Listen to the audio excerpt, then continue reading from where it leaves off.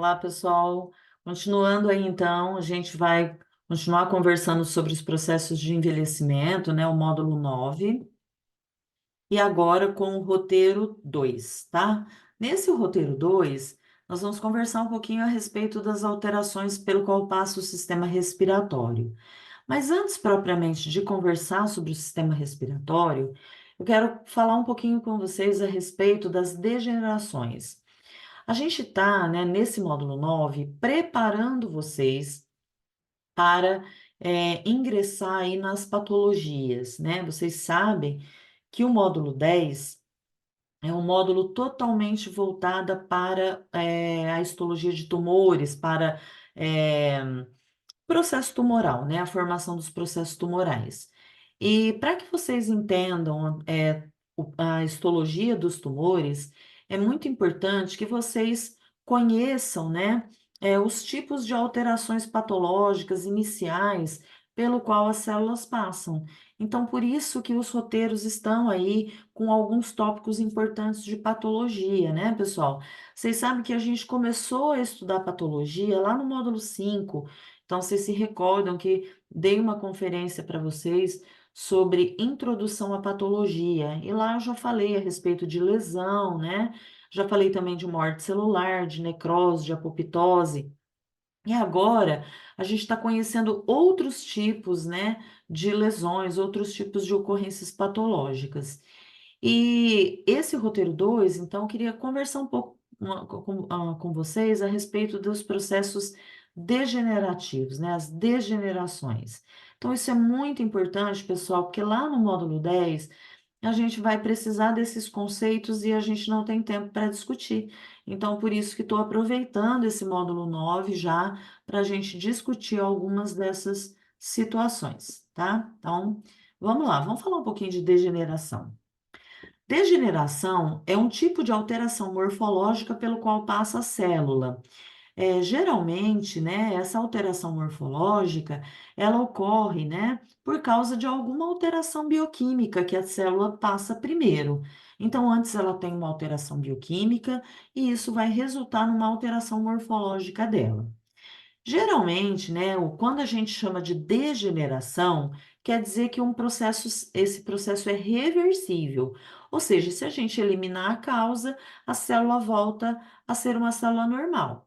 Porque se não for reversível, ela vai evoluir para a morte. Aí a gente já tem a situação de necrose, ok?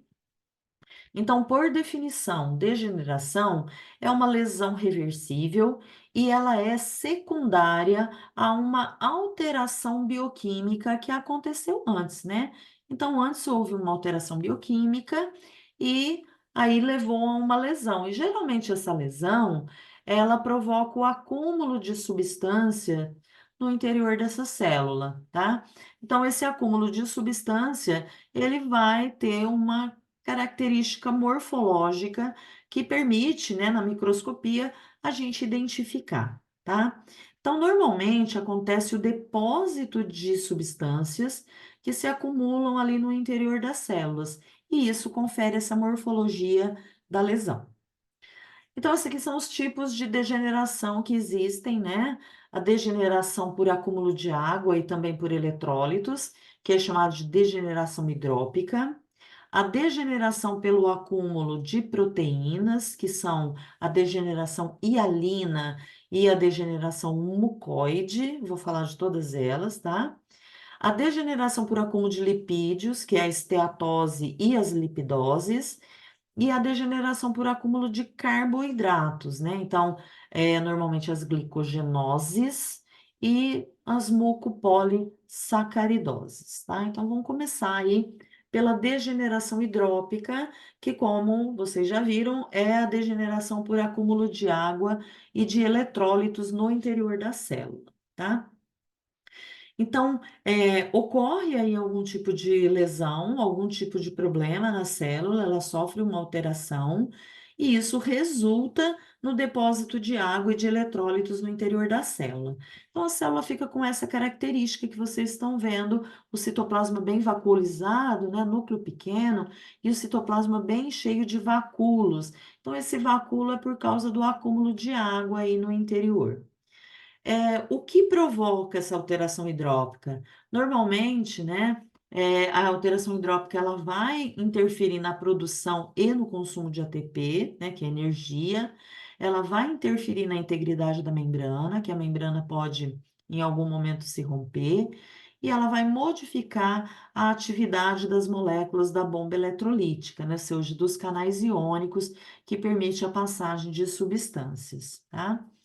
Normalmente, ela é provocada pelos seguintes fatores: a hipóxia, ou seja, a diminuição da quantidade de oxigênio que está chegando nessa célula, a presença de inibidores da cadeia respiratória, então, algum tipo de inibidor da cadeia, agentes tóxicos para as mitocôndrias, né? Então, ela está envolvida aí com a respiração celular, então, esses agentes que provocam a mitocôndria vai interferir na respiração celular.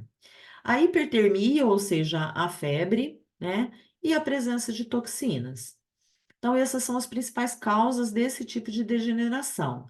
E ela vai levar a uma retenção de sódio, uma redução na quantidade de potássio no interior da célula e, consequentemente, um aumento da pressão osmótica intracelular. Claro, né? Vai juntar água dentro da célula, vai ocorrer um aumento da pressão osmótica de dentro do citoplasma para fora, tá? Aí os aspectos morfológicos provocados pela degeneração hidrópica. Macroscopicamente, como vocês estão vendo aqui, por exemplo, né, um pedaço aí do fígado, vocês vão ver que o órgão, ele pode aumentar de tamanho, né, aumento de peso e de volume, e a coloração vai ficando mais pálida. Essa coloração pálida porque o aumento na quantidade de água leva a uma compressão dos capilares, o que diminui a irrigação sanguínea. Então ele fica branco desse jeito, clarinho, né? Microscopicamente, a gente diz que a célula ela fica tumefeita. Tumefação significa a célula fica globosa, inchada, né? O citoplasma ele fica granuloso e acidófilo, ou seja, tem uma afinidade maior pelo corante eosina, né? Na coloração de hematoxina e eosina. O citoplasma tem pequenos vacúolos aquosos, que são nitidamente diferentes de vacúolo lipídico, como a gente vai ver mais para frente, tá? Podem ocorrer também grandes vacúolos, que a gente chama de baloniformes. No caso do fígado, que é esse órgão que vocês estão vendo esbranquiçado aqui, vai formar o que a gente chama de hepatócito baloniforme, que é o hepatócito em forma de balão, né? Porque ele fica muito inchado, muito globoso. Normalmente, a degeneração hidrópica, ela é facilmente resolvida assim que tira a causa dele, né? E normalmente não traz consequências funcionais mais sérias, ok? Bom, aí o segundo tipo de degeneração, que é a degeneração por acúmulo de proteínas. No caso aí, a degeneração hialina e a degeneração mucoide. Vamos ver. No caso da degeneração hialina, né? A degeneração hialina, ela leva ao acúmulo de um material proteico que se deposita no interior do citoplasma celular. Esse material proteico, né? Está ocorrendo algum tipo de lesão aí, e esse material de origem proteica, ele se deposita. E ele cora, né, positivamente com eosina, por isso ele fica bem acidófilo. Normalmente, essa substância proteica provoca uma estrutura filamentosa proteica que se condensa e forma um corpúsculo hialino, que é chamado de corpúsculo hialino de Mallory. Esse termo hialino, né, ele ocorre, né, a gente usa esse termo porque no tecido sem coloração ele é esbranquiçado. E todo o tecido esbranquiçado tem essa coloração eosinofílica em HE, tá? Esse tipo de corpúsculo hialino, ele é muito comum, por exemplo, dentro dos hepatócitos de indivíduos que são alcoólicos crônicos, né? Ou seja, que têm aí alto consumo de álcool. No caso, esse filamento proteico é um filamento de ceratina, né? E mais associado aí a proteínas do citoesqueleto. Então, normalmente, a gente vai ver um pregueamento, né, do citoesqueleto no interior do citoplasma, que é isso aqui. Isso é um pregueamento aí do citoesqueleto. E esse material hialino, depois, ele se deposita na periferia nuclear. A degeneração mucoide é a hiperprodução de muco pelas células que normalmente já secretam muco, né? Aqui nós temos um caso de uma célula chamada célula em anel de Sinet, né? Então, essa célula, ela forma como se fosse um anelzinho na periferia. Vocês estão vendo aqui, parece uma pedrinha de anel, né? Por isso, anel de Sinet. E por que que acontece isso? Porque essa célula é uma célula produtora de muco. Então, ela leva a uma hiperprodução do muco e o muco comprime o núcleo da célula contra a parede. Então, fica um grande vacúolo de muco dentro da célula, o que leva à compressão do núcleo para a periferia. Então, isso é muito comum em células epiteliais produtoras de muco, como, por exemplo, as células da superfície das focetas gástricas, né, na superfície do estômago. Então, vocês lembram que a superfície do estômago ela é toda cheia de células secretoras de muco, né? E aí pode acontecer por determinados motivos aí uma lesão, um processo inflamatório dessa mucosa que vai levar à ocorrência dessas células em anéis de Sinet. Esse tipo celular, ele pode ser só uma degeneração, mas ele é muito comum também no câncer gástrico, né, que é o câncer de estômago. Então, por exemplo, no módulo 10 que eu estava falando no começo da nossa aula, quando vocês forem estudar o carcinoma gástrico, vocês vão encontrar essa célula de anel de Sinet, né? Então, ela pode ser só uma lesão transitória, né? Uma degeneração, mas ela pode ser também um sinal de alguma coisa mais grave, né? Mas se não tiver um carcinoma, um tumor, nada disso, essa célula pode voltar ao normal assim que o motivo da lesão for retirado. Aqui mais umas imagens, né, da célula em anel de Sinet. Então, o núcleo bem achatado ali no cantinho. Aqui o terceiro tipo, a degeneração por acúmulo de lipídios, né? As mais comuns são a esteatose e as lipidoses. Vamos ver a diferença entre elas. A esteatose, ela é uma ocorrência devido ao acúmulo de gordura neutra, ou seja, os triglicerídeos. Você sabe que os triglicerídeos é o principal lipídio de reserva e energética do nosso organismo, né? E o fígado, né, o local aí onde ocorre a maior produção, né, e acúmulo desses triglicerídeos. Então, a esteatose significa um aumento, um acúmulo dessas gorduras neutras nas células hepáticas, ou seja, nos hepatócitos, tá? Então, o que vocês estão vendo aqui é uma grande gota de gordura, né, que está ocupando o citoplasma do hepatócito. Então, o hepatócito, ao invés dele estar normal, com aquele um núcleo ou dois núcleos, todo cheio de atividade, ele passa a acumular essa gordura neutra, então essa gordura é, ela passa a ocupar boa parte do citoplasma do hepatócito. Então, vocês estão vendo aí uma gota gigante de gordura ou gotas menores de gordura que vão provocar o que a gente chama de fígado gorduroso, né? Que é o fígado é, esteatótico. Aí o aspecto morfológico macroscópico, então o órgão ele tem um aumento de volume e de peso. A consistência dele é menor, né? Ele tem uma consistência menos resistente e ele tem uma coloração mais amarelada. Então, morfologicamente a gente vê parecer esse acúmulo de gordura no fígado. Porém, né, isso pode ser reversível, quer dizer, se o indivíduo ele fizer uma dieta, né, começar a controlar o consumo de gordura, isso pode ter um retorno, né, sarar, né, e ficar curado desse problema. Microscopicamente, há um acúmulo de vesículas ou glóbulos no citoplasma do hepatócito, e o hepatócito ele passa a conter, então, essa vesícula de gordura. Então, aqui uma vesícula grande, né? E daqui vesículas, na seta preta, vesículas um pouco menores. As lipidoses são acúmulos de gordura também, mas ele acumula lipídios que não são triglicerídeos, né? É, por exemplo, um caso de acúmulo de colesterol. E aí a situação é um pouco mais complicada, né? Porque normalmente o colesterol, vocês sabem que o colesterol ele é transportado, né, através de uma lipoproteína, né, pelas veias, pelas artérias.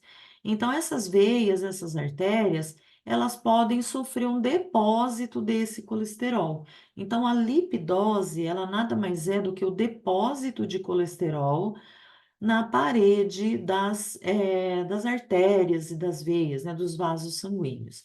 E aí provoca o que a gente chama de aterosclerose. Então, essa imagem que vocês estão vendo aqui, né? Vocês estão vendo o depósito de uma gordura amarelada aí na parede, né, de uma artéria, da artéria aorta, né? Então, tem uma placa de ateroma aí. Então, isso é uma aterosclerose da aorta, tá certo? E o depósito desse lipídio, é claro, pode interferir na passagem sanguínea, podendo até, em algum momento, obstruir completamente a passagem do sangue, tá? Então, essa formação de placas de ateroma é, inclusive, muito comum, com o processo de envelhecimento, tá? E aqui, o quarto tipo de degeneração, que é a degeneração por acúmulo de carboidratos, as glicogenoses e mucopolissacaridoses, que normalmente não deveriam ser um problema, né? Uma vez que acúmulo de glicogênio não deveria ser um problema, mas geralmente ele é resultado de uma alteração, que pode ser uma alteração genética, por exemplo. Então, aqui um caso de glicogenose é o acúmulo de glicogênio nas células do fígado, pode acumular também nas células renais, no músculo esquelético e também no coração. Então, como eu falei, o depósito de glicogênio em hepatócitos, em células do fígado, não deveria ser um problema, né? Visto que o nosso fígado ele tem mesmo essa função de acumular glicogênio. Mas aí o glicogênio ele acaba se acumulando em órgãos onde ele pode provocar algum tipo de problema, algum tipo de sequela. Como, por exemplo, o coração e mesmo nas células renais, nos rins. Geralmente, as glicogenoses tem um tipo de deficiência de enzimas que degradam o glicogênio. E isso é uma doença genética. Então, isso é um problema, né? Porque se o indivíduo ele não tem a enzima que quebra glicogênio, no momento em que, né, no momento do metabolismo dele, que ele precisar quebrar glicogênio para produzir glicose, né? Está precisando de glicose, ele não vai ter, né? Não vai fazer essa quebra do glicogênio para produzir glicose. Então, aí isso sim é um problema. E no caso, as mucopolissacaridoses é um acúmulo anormal dos chamados poliglicanos ou proteoglicanos, né? Então, são substâncias que geralmente fazem parte da matriz amorfa dos tecidos conjuntivos. E nesse caso, esse acúmulo também pode ser decorrente de doenças genéticas metabólicas, por causa de problemas de enzimas que fazem a quebra, que fazem a produção dessas substâncias. E podem também ser provocadas por doenças de depósito lisossômicos, ou seja, lisossomos que não conseguem fazer a digestão, a quebra dessas substâncias. Então, nesse caso, também tem uma doença genética envolvida que pode levar a problemas mais sérios. O acúmulo anormal, né, de poliglicanos e os proteoglicanos pode ser em decorrência aí de lisossomo que não consegue digerir moléculas muito grandes, né?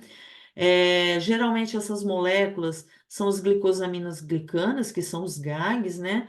que são responsáveis pela lubrificação e união entre os tecidos. Então, como eu falei, são substâncias, são proteínas que participam ali na formação da substância que preenche os espaços entre as nossas células, ou seja, os tecidos conjuntivos, né?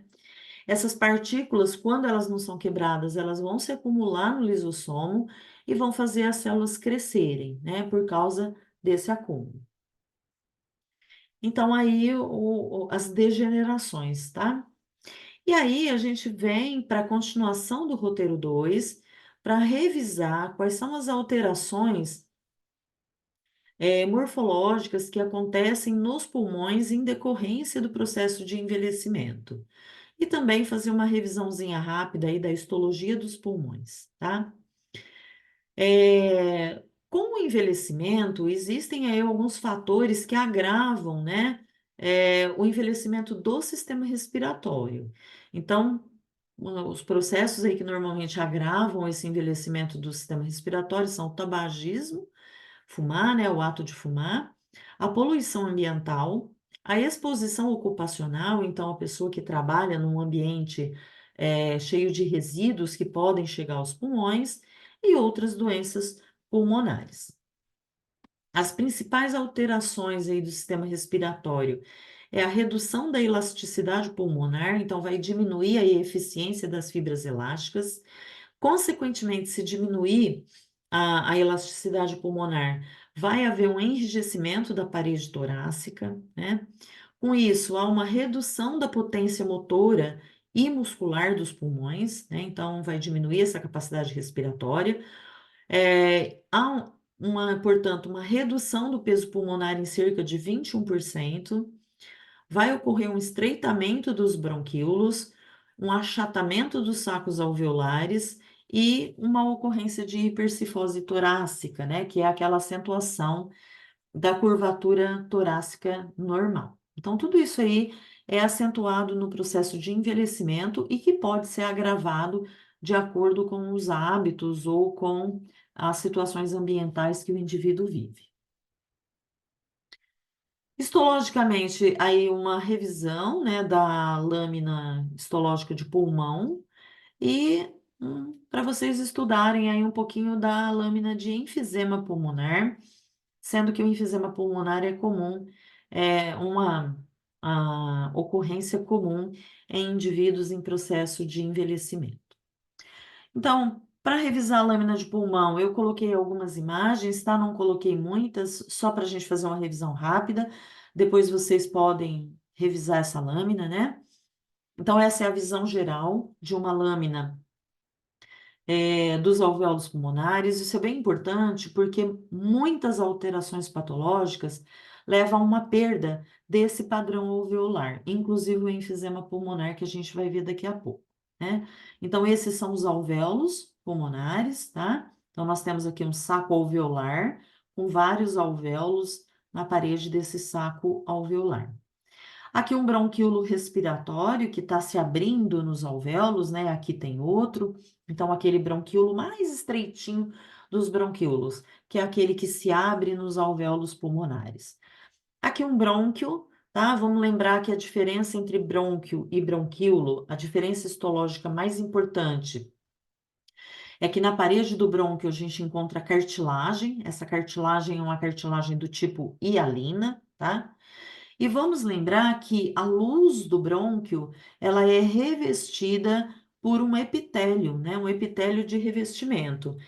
Esse epitélio de revestimento, ele é do tipo pseudoestratificado nos brônquios principais e também nos brônquios lobares, tá? Então, o brônquio principal e o brônquio lobar, ele é extra-alveolar, ou seja, ele está fora do pulmão. Então, ele é pseudoestratificado, o epitélio de revestimento. Depois a gente tem o brônquio interlobular, que é aquele que está entre os alvéolos, né? Esse brônquio, ele já tem um epitélio cilíndrico simples ciliado. E aí, né, os brônquios, eles vão começar cilíndrico simples ciliado e vão diminuindo a altura das suas células até os brônquios, os menores brônquios, os brônquios mais estreitos, mais fininhos, vão ter já um epitélio que se parece com o epitélio cúbico, ainda ciliado, tá? Mas ele vai diminuindo de altura, tá? O bronquíolo, ele não tem, então, esses anéis cartilaginosos à sua volta, e o epitélio de revestimento dele geralmente é cúbico, né? Cúbico simples só. Essa estrutura que está aqui embaixo do brônquio é uma artéria, tá? Essa é uma artéria muscular, que é uma artéria cuja parede é formada por musculatura lisa, tá? Então, isso aqui é uma artéria bem grande, inclusive. Aqui um detalhe dos septos alveolares, então isso aqui é um alvéolo, esse aqui é outro, e entre um alvéolo e outro a gente tem o septo alveolar. No septo alveolar a gente tem fibras elásticas de tecido conjuntivo, que inclusive dá para ver aí no meio das células, né? E nós temos dois tipos celulares. O pneumócito tipo 1, que é essa célula bem que tem um núcleo bem achatadinho. Isso aqui é um pneumócito tipo 1, tá? Isso aqui também. Então tem núcleos bem achatados. No septo, a gente tem também os capilares sanguíneos, por exemplo, aqui no cantinho a gente tem um capilar, né? Tem uma célula endotelial aqui do capilar, tá? Aqui também tem outro capilar, ó, tá? Então, também faz parte aí do septo o capilar. Então, o capilar, o pneumócito do tipo 1 e o pneumócito tipo 2, né?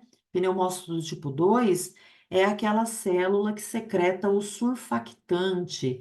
E tem um núcleo esférico, né? E o citoplasma bem acidófilo. Ela é bem diferente do pneumócito tipo 1. E aqui dentro do alvéolo, a gente tem a famosa célula de poeira, né? Que é o macrófago intraalveolar. A diferença do macrófago para as outras células é que ele não está no septo alveolar, ele está dentro do alvéolo, tá? Então aí dá para ver claramente que essa célula está dentro do alvéolo e não na parede do septo. Por isso a certeza de que ele é um macrófago, ok? Então, aí o pneumócito tipo 2, né, o macrófago, pneumócito tipo 1, núcleo achatadinho aí, pneumócito tipo 1, ok? E aqui a pleura, né? A pleura é uma membrana serosa que reveste o pulmão. No caso, a pleura, ela tem duas membranas, né? Duas lâminas. A pleura visceral, que está colada no pulmão, e a pleura parietal, que está colada na caixa torácica. No caso, tanto a pleura visceral quanto parietal são serosas. Por que que ela é uma serosa?